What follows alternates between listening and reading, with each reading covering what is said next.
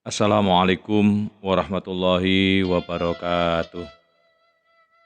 Anak-anak sekalian, eh, jumpa lagi dengan saya. Kali ini pada bab meneladani perjuangan Rasulullah Shallallahu Alaihi Wasallam di Makkah.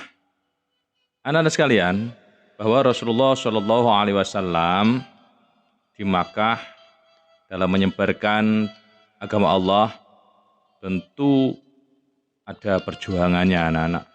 Jadi Nabi Muhammad SAW, agama Islam yang sekarang kita rasakan ini, tentu Rasulullah pada saat itu perlu perjuangan dalam menyebarkan agama tersebut, yakni agama Islam.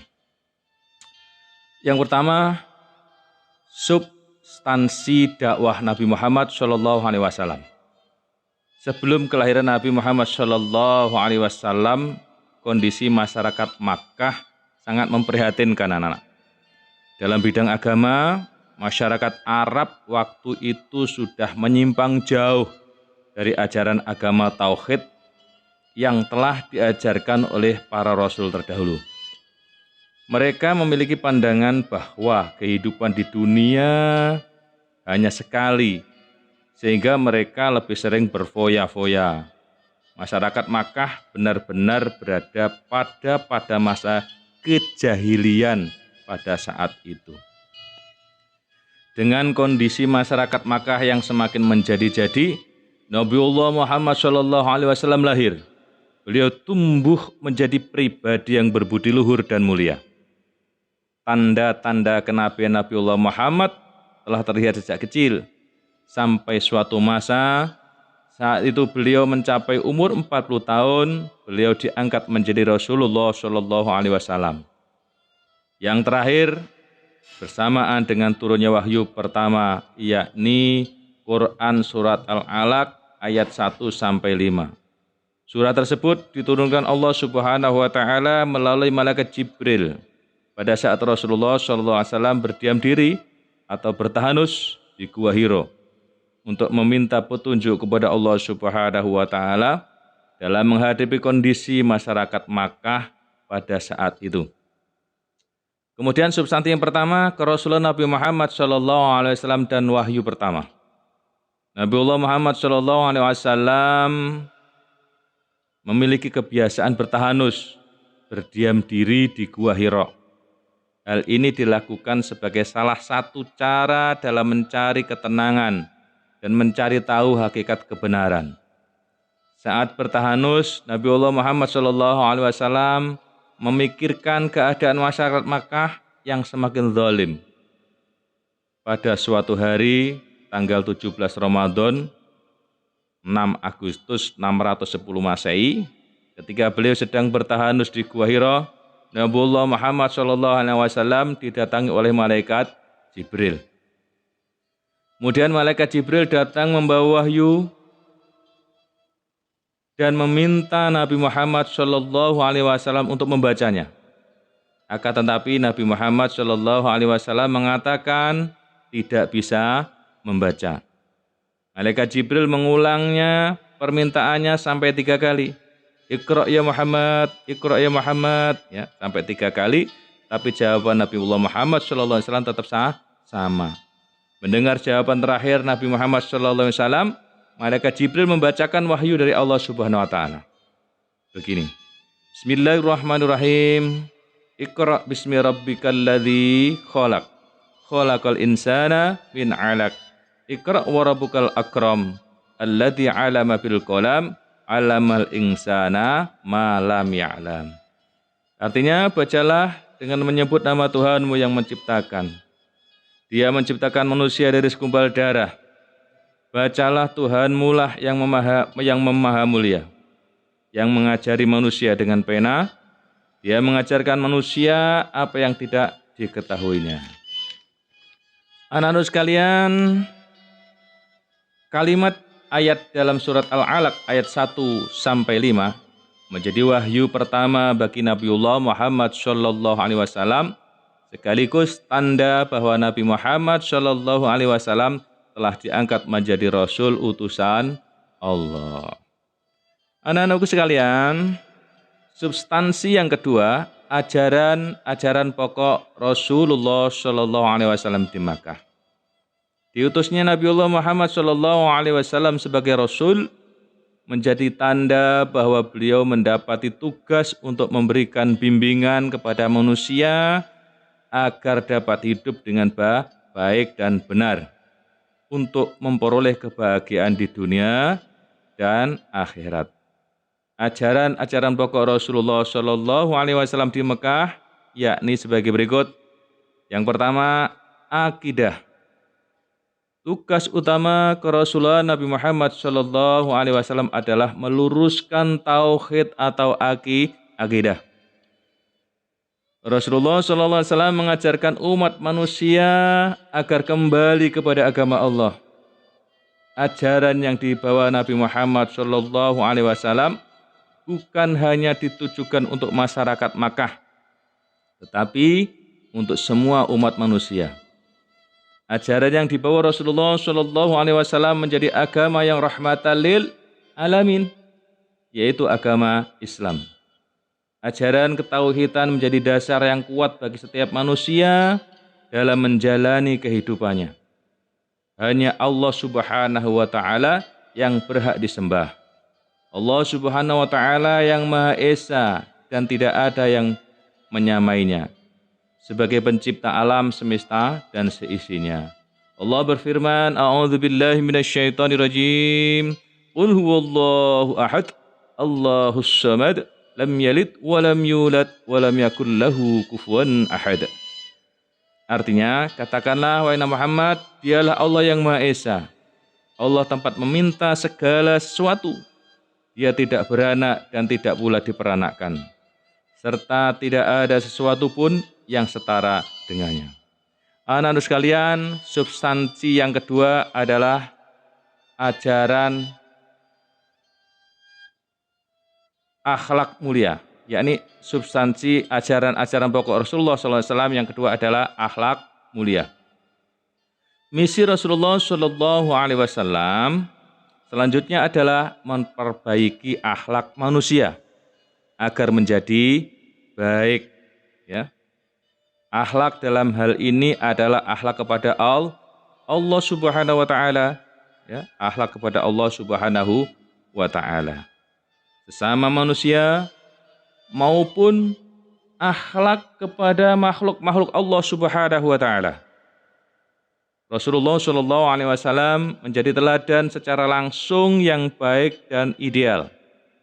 Rasulullah Shallallahu Alaihi Wasallam bersabda yang artinya, sungguhnya aku diutus untuk menyempurnakan akhlak. Hadis riwayat Bukhari wa Muslim. Nabi Muhammad Shallallahu Alaihi Wasallam memberikan keteladanan perilaku terpuji. Pada masa jahiliyah terjadi berbagai penyimpangan akhlak yang menimbulkan perselisihan antar masyarakat. Nabi Muhammad SAW diutus memperbaiki akhlak tersebut. Selain karena pribadi Nabi Muhammad SAW yang luhur, ajaran untuk memperbaiki akhlak tersebut bersumber dari Allah Subhanahu wa Ta'ala.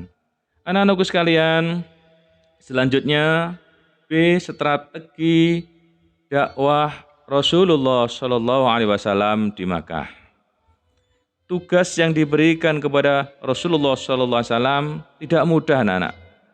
Beliau menghadapi bermacam-macam tantangan dan hambatan. Oleh karena itu, Nabiullah Muhammad SAW menerapkan berbagai cara dan strategi dalam penyampaian risalah yang dibawanya itu. Pertama, dakwah secara sembunyi-sembunyi, ya, karena masih mungkin takut. Nabi Muhammad SAW pada masa awal kerasulannya, Nabi Muhammad mendakwahkan risalah yang diterima dengan sembunyi-sembunyi untuk menghindari tanggapan negatif yang kemungkinan muncul dari kaum Quraisy. Nabi Muhammad menyampaikan dakwah kepada keluarga, kerabat, dan orang-orang terdekatnya dulu. Sayyidah Khadijah menjadi orang pertama yang masuk Islam setelah dakwah tersebut. Kemudian disusul oleh Ali bin Abi Thalib dan Zaid bin Harits. Selanjutnya Abu Bakar As-Siddiq juga masuk Islam. Melalui Abu Bakar As-Siddiq, beberapa orang yang masuk Islam diantaranya adalah Utsman bin Affan, kemudian Zubair bin Awam, Sa'ad bin Abi Waqqas, Arqam bin Abil Arqam, Abdurrahman bin Auf, ada Tolhah bin Ubaidillah, dan Sa'id bin Zaid. Mereka lah orang-orang yang masuk Islam dalam mendapatkan dakwah Rasulullah SAW secara langsung. Kemudian di rumah Arqam bin Abil Arqam. Orang-orang tersebut disebut apa? As-sabiqunal awalun, yakni golongan pertama yang masuk Islam. Dalam dakwahnya Rasulullah SAW bersama orang-orang beriman tersebut belajar Al-Quran dan kandungan maknanya. Jadi dikaji, belajari. Selain itu mereka juga mendiskusikan jalan keluar tentang upaya dakwah yang dapat dilakukan sehingga Islam tersebut dapat tersebar luas. Kemudian anak-anak yang kedua, dakwah secara terang-terangan. Ya, setelah 3 tahun berdakwah secara sembunyi-sembunyi, Rasulullah SAW mendapatkan perintah untuk berdakwah secara terang-terangan. Sebagaimana firman Allah, "Fasda' bima tu'maru wa a'rid 'anil musyrikin." Artinya, maka sampaikanlah, wahai Muhammad, secara terang-terangan segala apa yang diperintahkan kepadamu dan berpalinglah dari orang-orang musyrik. Ya. Setelah turunnya ayat tersebut, Rasulullah SAW meninggalkan dakwah secara sembunyi-sembunyi dan memulai dakwah secara terang-terangan. Langkah pertama beliau lakukan adalah mengundang keluarga dekat dalam jamuan makan.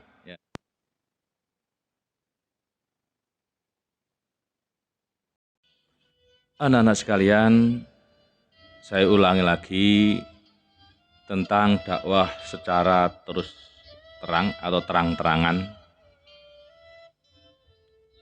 Setelah turunnya ayat Al-Hijr, surat Al-Hijr maksud saya, ayat 94, Rasulullah SAW meninggalkan dakwah secara sembunyi-sembunyi dan memulai dakwah secara terang-terangan. Langkah pertama yang beliau lakukan adalah mengundang keluarga dekat dalam jamuan makan. Nabiullah Muhammad SAW mengajak semua yang hadir dalam jamuan tersebut untuk beriman dan meninggalkan kesyirikan. Akan tetapi, paman Nabi Muhammad SAW yang bernama Abu Lahab secara terang-terangan menolak dakwah tersebut. Kejadian tersebut terjadi berulang kali, anak-anak.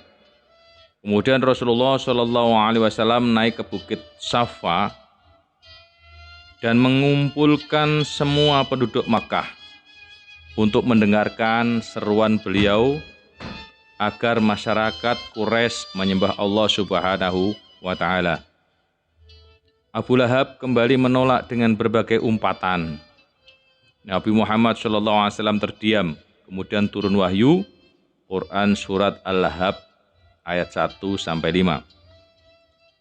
Perilaku Abu Jahal dan kaum Quraisy yang melakukan penolakan terhadap dakwah Rasulullah SAW tidak membuat beliau gentar. Beliau yakin bahwa Allah Subhanahu wa Ta'ala akan melindungi. Di tengah-tengah penolakan tersebut, Siti Khadijah beliau memberikan dukungan dan Abu Thalib akan selalu membela beliau, Nabi Muhammad SAW. Semangat Rasulullah SAW dalam berdakwah membuahkan hasil. Dakwah Rasulullah SAW tersebut yakni tersebar luas. Beberapa orang dari kalangan teman, sahabat, dan masyarakat kemudian memeluk agama Islam dan beriman kepada Allah Subhanahu wa Ta'ala. Anak-anakku sekalian, kemudian kita menginjak bab C, reaksi kaum kafir Quraisy terhadap dakwah Rasulullah Shallallahu Alaihi Wasallam. Rasulullah Shallallahu Alaihi Wasallam berdakwah dengan cara pendekatan yang santun dan mencontohkan dengan perbuatan terpuji. Akan tetapi, masih banyak masyarakat Makkah yang menentang dan menghalangi dakwah Rasulullah SAW dan para sahabat.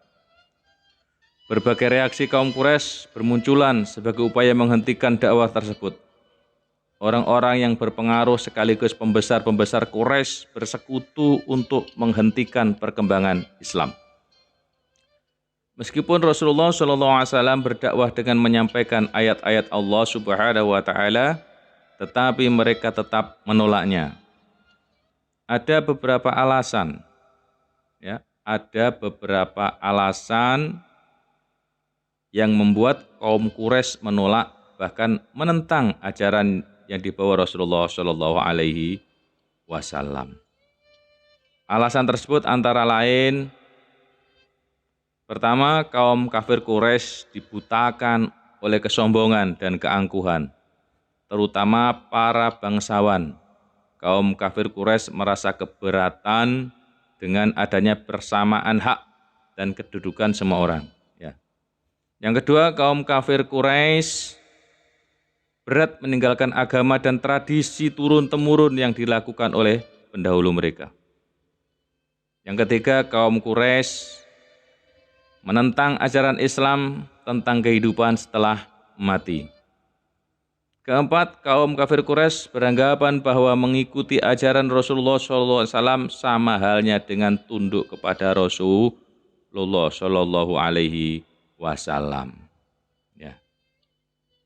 Beberapa upaya yang dilakukan kaum kafir Quraisy untuk menghentikan penyebaran Islam diantaranya adalah yang pertama, kaum kafir Quraisy berusaha melepaskan persaudaraan Rasulullah SAW dengan Abu Thalib, sebab mereka mengira bahwa kekuatan Rasulullah SAW pada Abu Thalib.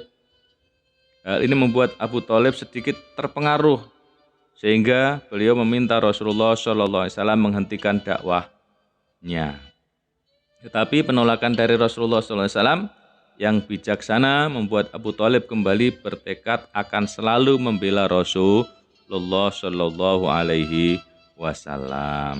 Yang kedua, pemuka Quraisy mengirimkan Walid bin Mughirah menemui Abu Thalib bersama Umarah bin Walid, seorang pemuda yang gagah dan tampan. Pemuda tersebut dimaksudkan untuk ditukarkan dengan Rasulullah SAW, akan tetapi ditolak oleh Abu Thalib. Ketiga, anak kaum Quraisy mengutus Utbah bin Rabi'ah untuk membujuk Rasulullah SAW agar bersedia menghentikan dakwah beliau dengan mengiming-iming harta dan tahta. Tetap saja semua tawaran tersebut ditolak oleh Rasulullah SAW. Yang keempat, Rasulullah sendiri mendapat gangguan dari Abu Lahab, istri Abu Lahab, serta Abu Jahal. Dan yang terakhir, kelima, kaum Quraisy melakukan pemboikotan terhadap Bani Hashim dan Bani Abdul Muthalib setelah mengetahui Umar bin Khattab masuk Islam. Pemboikotan ini membuat Bani Hashim dan Bani Abdul Muthalib mengungsi keluar kota Makkah. Semua tindakan yang dilakukan kaum Quraisy tidak membuat Rasulullah SAW dan sahabat tak gentar sedikit pun.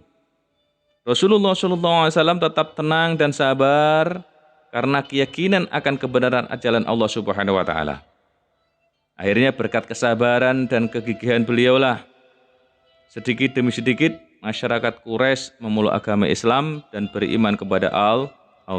Hal inilah yang mendorong Rasulullah SAW semakin berani dengan dakwah yang beliau lakukan demi menyampaikan risalah dan tugas yang diemban.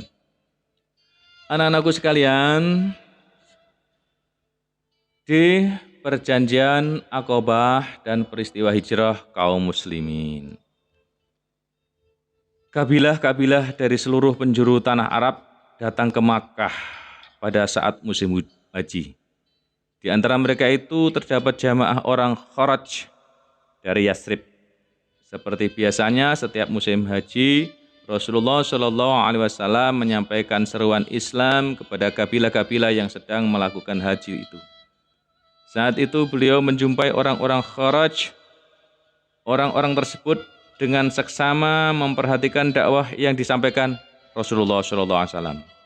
kepada mereka, dan saat itu juga mereka menyatakan diri beriman kepada Allah dan kerasulan Nabi Muhammad. Peristiwa tersebut menjadi titik terang bagi perjalanan risalah Rasulullah.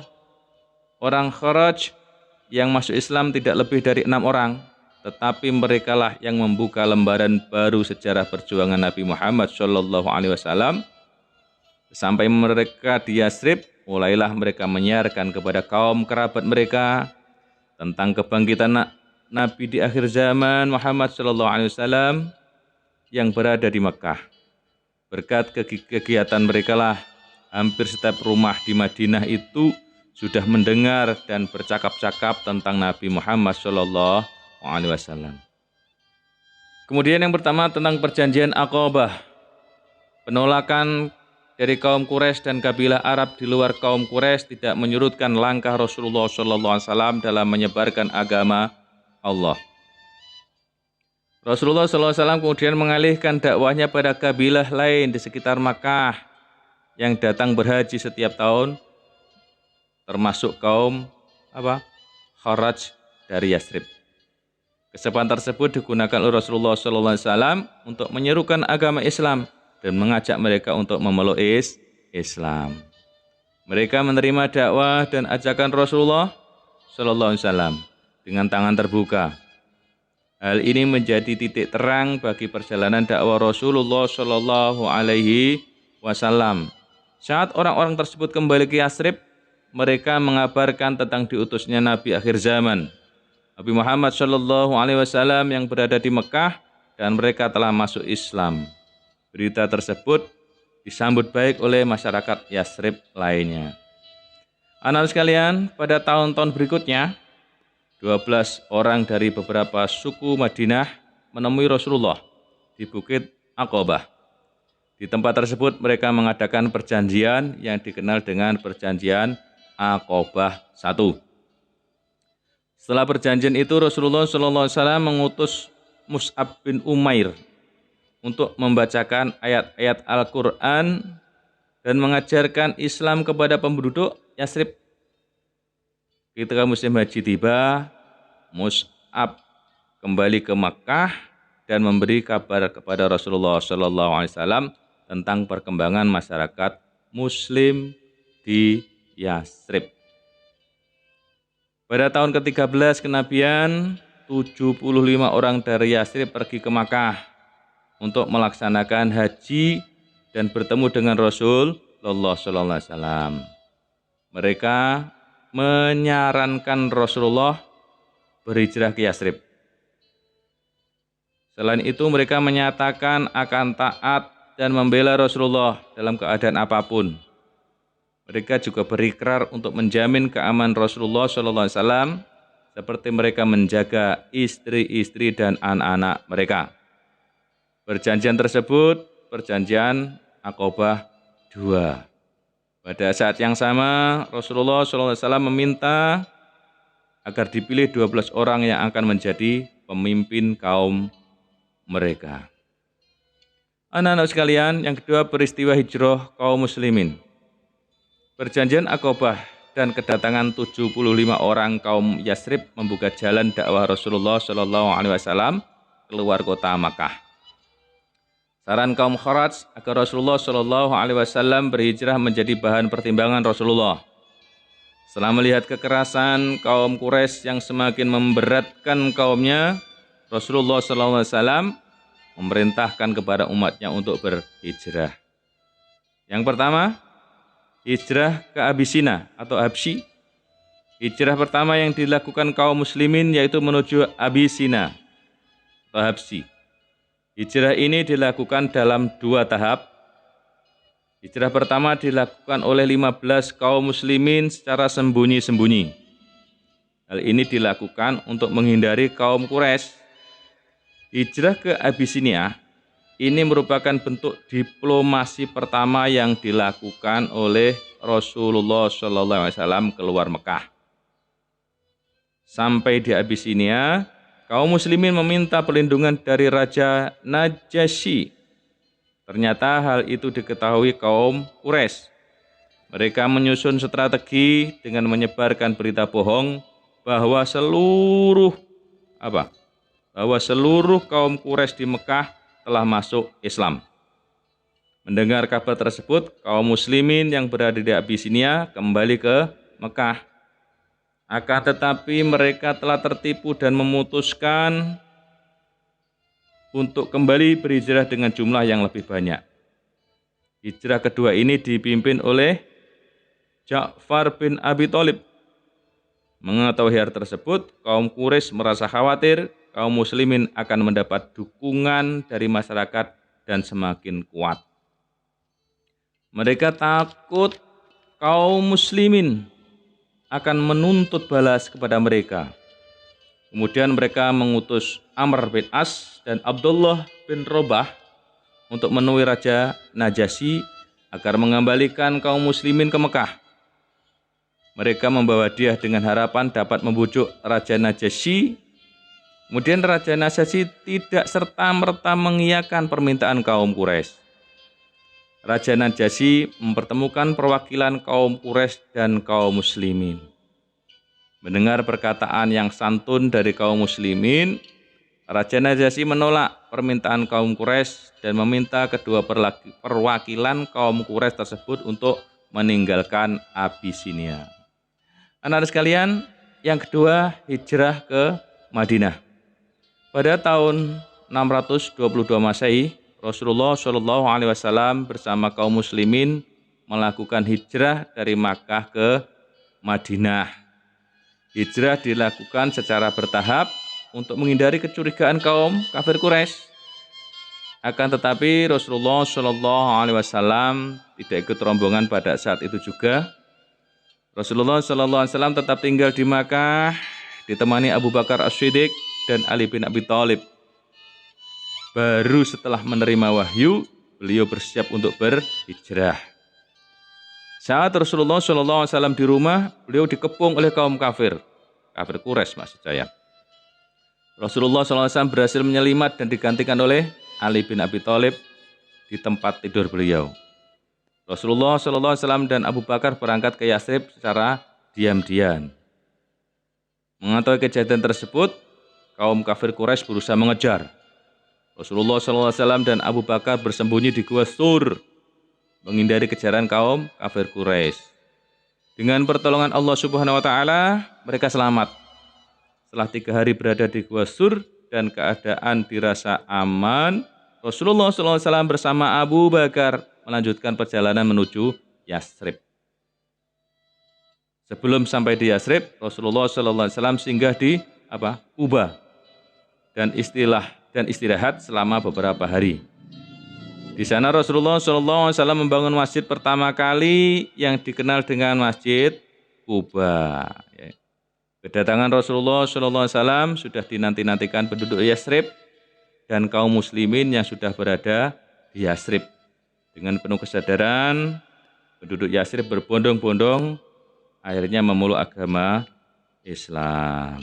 Anak-anak sekalian, sementara itu pelajaran yang saya sampaikan mudah-mudahan bermanfaat bagaimana kita meneladani perjuangan Rasulullah Shallallahu Alaihi Wasallam di Mekah.